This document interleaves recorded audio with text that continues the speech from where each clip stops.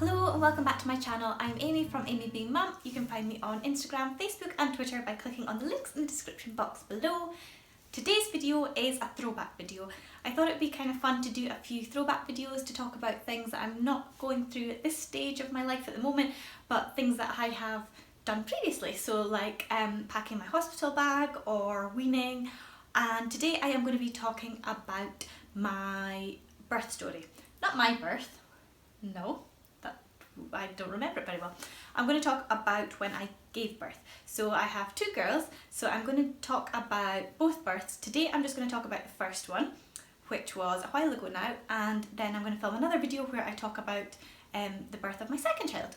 So today I'm talking about when I gave birth to Caitlin, which was 10 years ago this year, which seems like a long time, a decade, but actually it just feels like yesterday, which you will know if you are a mum.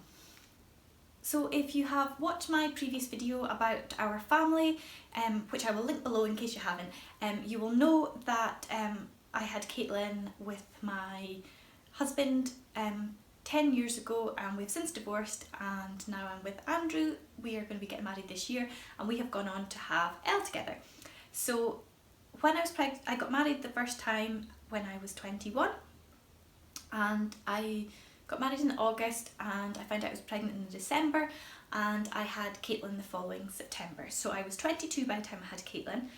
It was my first pregnancy. I was lucky enough to have never experienced any loss in pregnancy before, and it's not actually something that I have experienced. I'm so lucky to say, because I know it happens to a lot of women.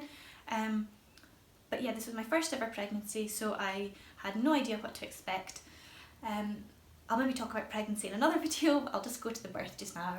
So as I said, I was quite young. I suppose I was kind of naive. I'd read a lot about it and I'd heard a lot about birth and things, but obviously I didn't know what to expect. No one does when it's your first. And I really liked the idea of having a home birth. So I'd spoken to the midwife and we had planned a home birth, and I had gas and air delivered to my house, which was kept in my shed, great big tanks, and morphine, which I had to keep in my fridge in case I needed it. And they told me to buy a shower curtain to put down the floor for mess and things, and I was all ready to have a home birth. So not long before I was due to give birth, I found out I had group B strep, which if you don't know what that is, then I'll let you go and Google it, because the information on the internet will be much more, what's the word? The information will be much better than I can explain it to you. But basically it meant that when I went into labour I would have to be put on antibiotics, which meant that I couldn't have a home birth anymore. I also had preeclampsia, which they kind of had advised with preeclampsia that it wouldn't be ideal to have a home birth, but if I still really wanted one, they were happy to go ahead with it. But that plus the group B strep meant that I really just had to go to hospital. So I was really devastated at the time that I couldn't have a home birth, but actually looking back, it was probably the best thing that could have happened, because I wouldn't have managed a home birth. So I started getting contractions at 7 o'clock in the morning on the Sunday. I think that's right, on the Sunday. It was just sort of like dull, crampy period kind of pains. So I got on my birthing ball and started bouncing about and things, and my husband was still asleep. I didn't even bother to wake him. It wasn't really anything that bad. And then when he woke up, I said to him that my contractions had started. I was really sure that they were contractions. I'd had some false alarms before, like Braxton Hicks, but this time I knew this was labour. So I'd started labour. I was comfortable enough though. I didn't even need to take paracetamol. It was manageable. We had a dog at the time, so we drove across to my in-laws and we dropped off our dog because we were going to be heading into the hospital.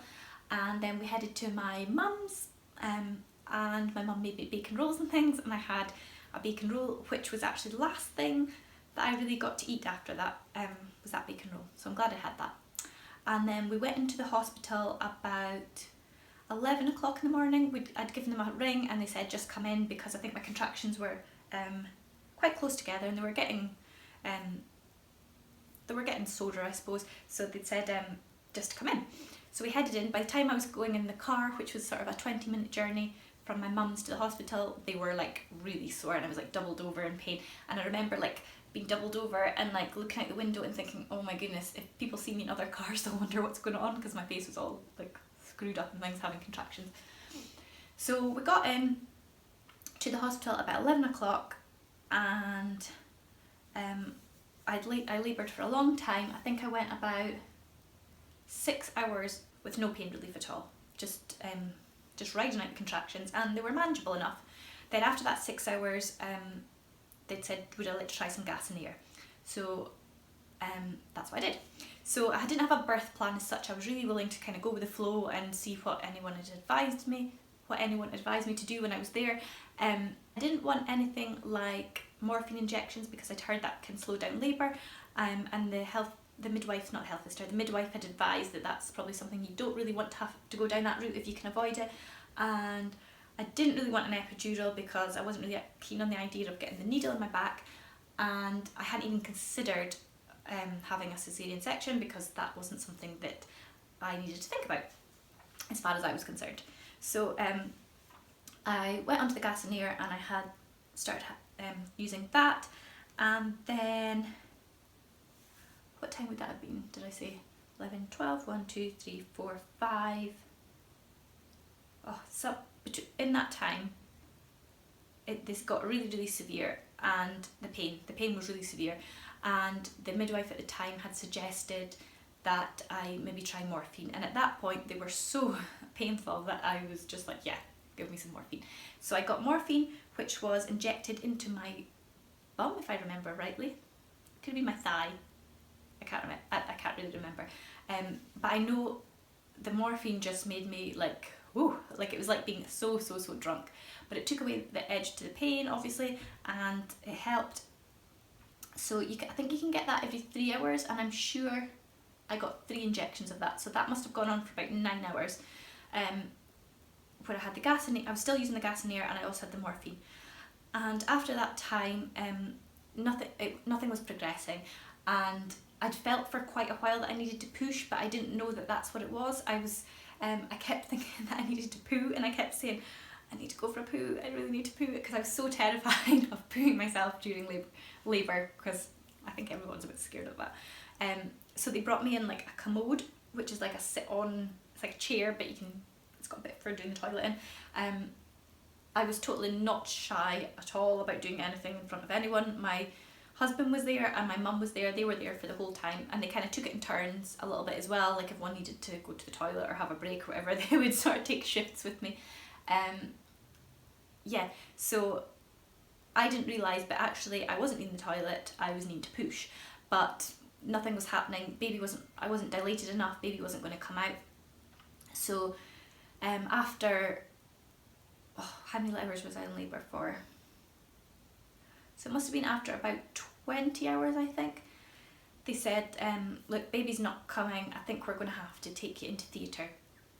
So the plan was that they would give me an epidural, so I'd get this spinal into my back, so that I'd be numb from the waist down, and they would have a try of getting baby out with forceps, where they use the like tong things. I don't actually know what they look like, but like this I think. And then they would try and pull baby out, and I wouldn't feel it because I'd be numb from the waist down. And because they would have me all prepped in theatre anyway, if that wasn't going to work, then they could then do a section to get baby out. I didn't know I was having a boy or a girl, it was going to be a surprise. So at that point I was so sort of like high on the morphine, and I was exhausted. I was so exhausted because I'd been through 20 hours of labour at that point, and I was just so exhausted and kind of out of it.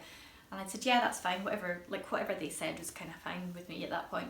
And they said, right, that's what we're going to do.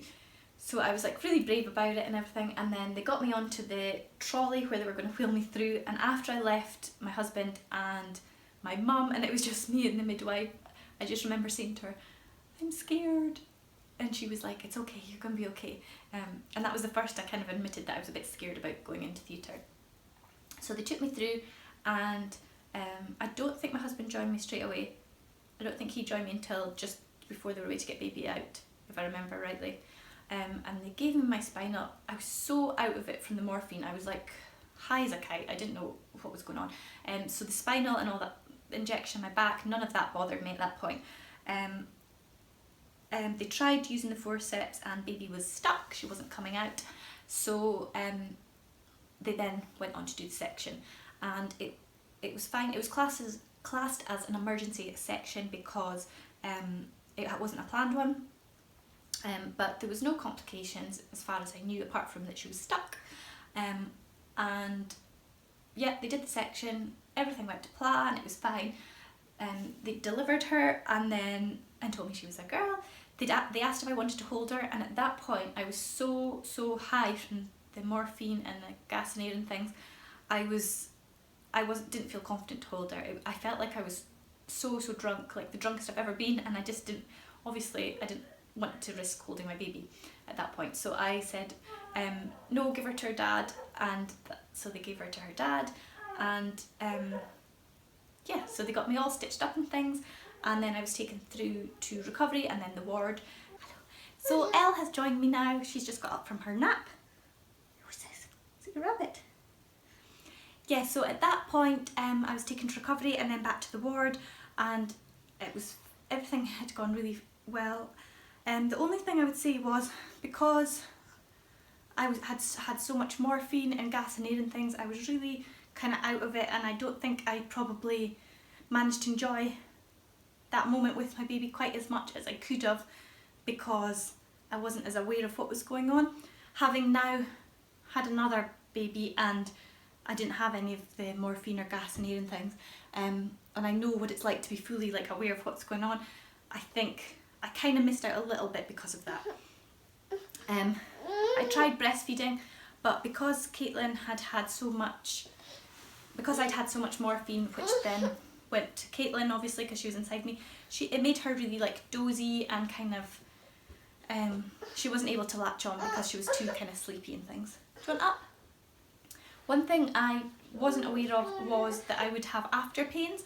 I didn't realise that obviously as you're in labour your womb's contracting, and I didn't realise that it contracts back again, and that they call that after pains, so after birth pains, I can't remember, but yeah, so that was really painful. It felt like going through contractions again, so that was something I wasn't aware of until after I had my first, and they were really painful through the night after she was born. So that, and I was trying to breastfeed and it wasn't going well because she wasn't managing to latch on. It wasn't the best first night. Another thing no one told me about when you have a section is how windy you get. Would you like up? What do you want, darling? Do you want a snack?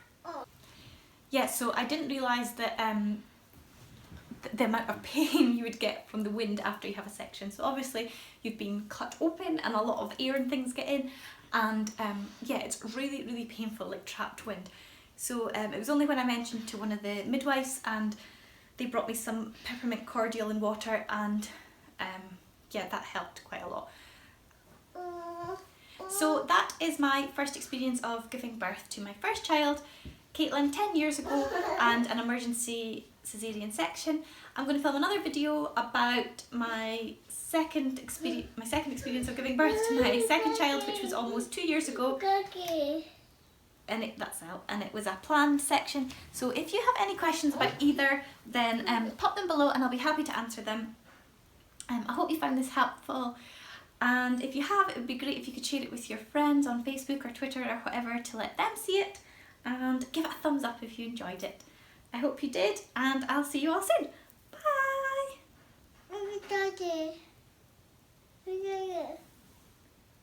Not yet.